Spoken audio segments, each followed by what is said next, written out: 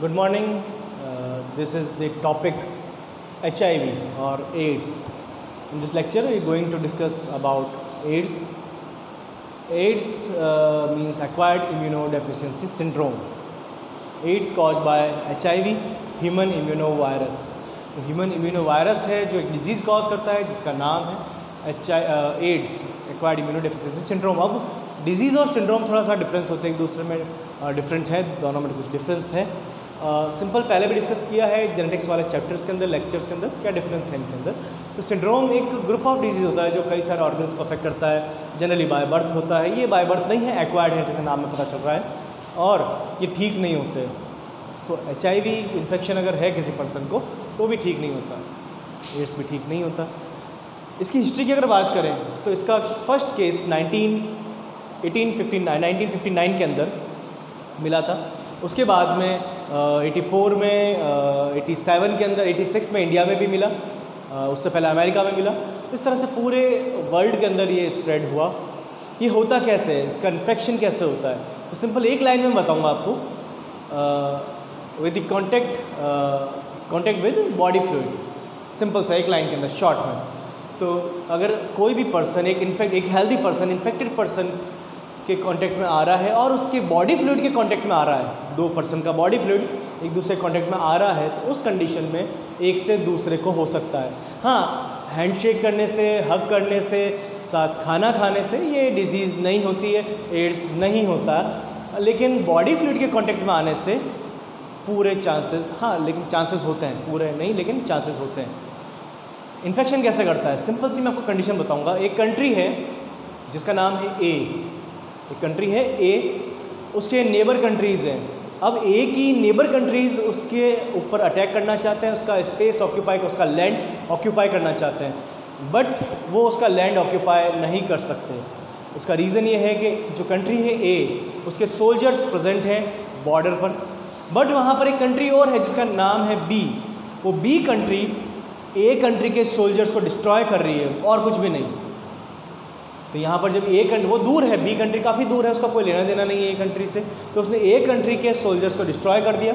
तो अब कंडीशन ये होगी, जो नेबर कंट्रीज़ है वो अटैक करेगी और अटैक करने के बाद में जितना भी लैंड है उस ए कंट्री का वो ऑक्यूपाई कर लेगी। इस तरह से ये पूरी कंट्री डिस्ट्रॉय हो जाएगी। जो एक्चुअल में कंट्री थी वो अब बढ़ जाएगी, कोई दूसरे कंट्रीज उसको ऑक्यूपाई कर लेंगे और वो वहाँ से ख़त्म हो जाएगी। यही कंडीशन एड्स की है, HIV की। HIV वायरस, ह्यूमन इम्यूनोवायरस जब बॉडी में एंटर करता है तो हमारे बॉडी के डिफेंस मैकेनिज्म को डिस्ट्रॉय करता है, हमारे इम्यून सेल्स को डिस्ट्रॉय करता है। ये हमारे इम्यून सेल्स को डिस्ट्रॉय करने के साथ साथ उनको अपने जैसा बना लेता है, HIV फैक्ट्री बना लेता है उन सेल्स को। और उसके बाद में कंडीशन ये हो जाएगी कि जब ये सेल्स HIV फैक्ट्री बन जाएगी तो हमारा इम्यून सिस्टम वीक हो गया।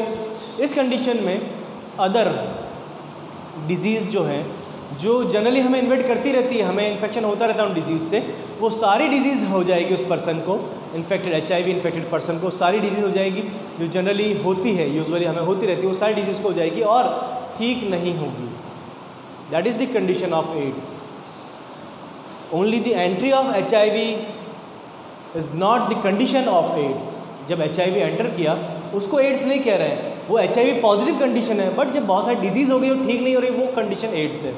इसके वायरस के स्ट्रक्चर देखें, इसमें लिपिड लेयर होती है, लिपिड की लेयर पर ग्लाइकोप्रोटीन्स प्रेजेंट होते हैं। ये भी डिफरेंट टाइप के ग्लाइकोप्रोटीन्स होते हैं, ग्लाइकोप्रोटीन 120, ग्लाइकोप्रोटीन 41, और अंदर एक और लेयर होती है ग्लाइकोप्रोटीन 17 की। इसके अंदर इसका जेनेटिक मटीरियल RNA होता है। Usually most of the animal viruses have DNA as genetic material, but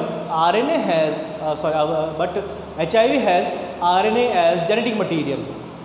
इसके पास एंजाइम भी होता है, दैट इज रिवर्स ट्रांसक्रिप्टेज। आपने अगर सेंट्रल डॉग में पढ़ा हो तो आपको याद होगा, आपको आइडिया होगा, DNA to DNA, formation of DNA from DNA is called replication, DNA to RNA is called transcription, RNA to protein is called translation, RNA to DNA is called reverse transcription।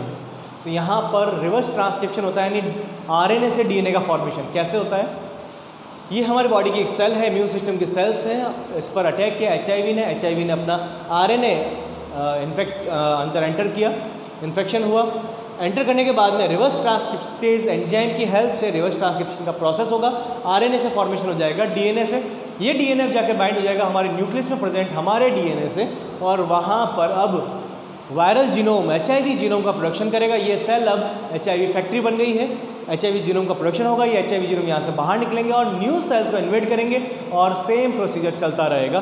सारी sales को ये अपने जैसा बना लेंगे, जितनी भी sales हैं इम्यून सिस्टम की। इसका सिम्टम्स की बात करें तो डिजीज़ हो जाती है, बहुत सारे ठीक नहीं होती है। ट्रीटमेंट की बात करें तो AZT, डायग्नोसिस की बात करें तो ELISA, enzyme linked immunosorbent assay and western blot technique. तो ELISA and western blot technique जो है वो यूज़ होती है HIV के डायग्नोसिस में। ट्रीटमेंट में AZT बहुत फेमस इसकी मेडिसिन है जो दी जाती है। हाँ, लेकिन कंडीशन ये है AZT के अंदर, AZT जो है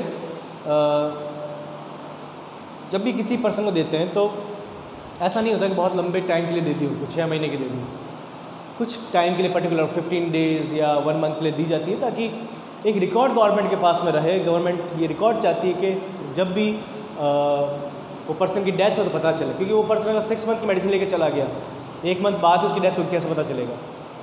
या वो विलेज छोड़कर कोई सिटी चला गया, कोई उसका ट्रांसफ़र हो गया, कुछ भी कहीं पर भी माइग्रेट कर लिया उसने, तो गवर्नमेंट इसलिए 15 डेज़ या 20 डेज़ या 1 मंथ की देती है। तो हर 15 डेज़ में अपडेट होता रहता है, क्योंकि वो मेडिसिन लेने तो आना ही पड़ेगा उसको, तो गवर्नमेंट को अपडेट होता रहता है इसके बारे में। तो यहाँ इस तरह से हमने ये कंप्लीट डिस्कस किया अबाउट HIV।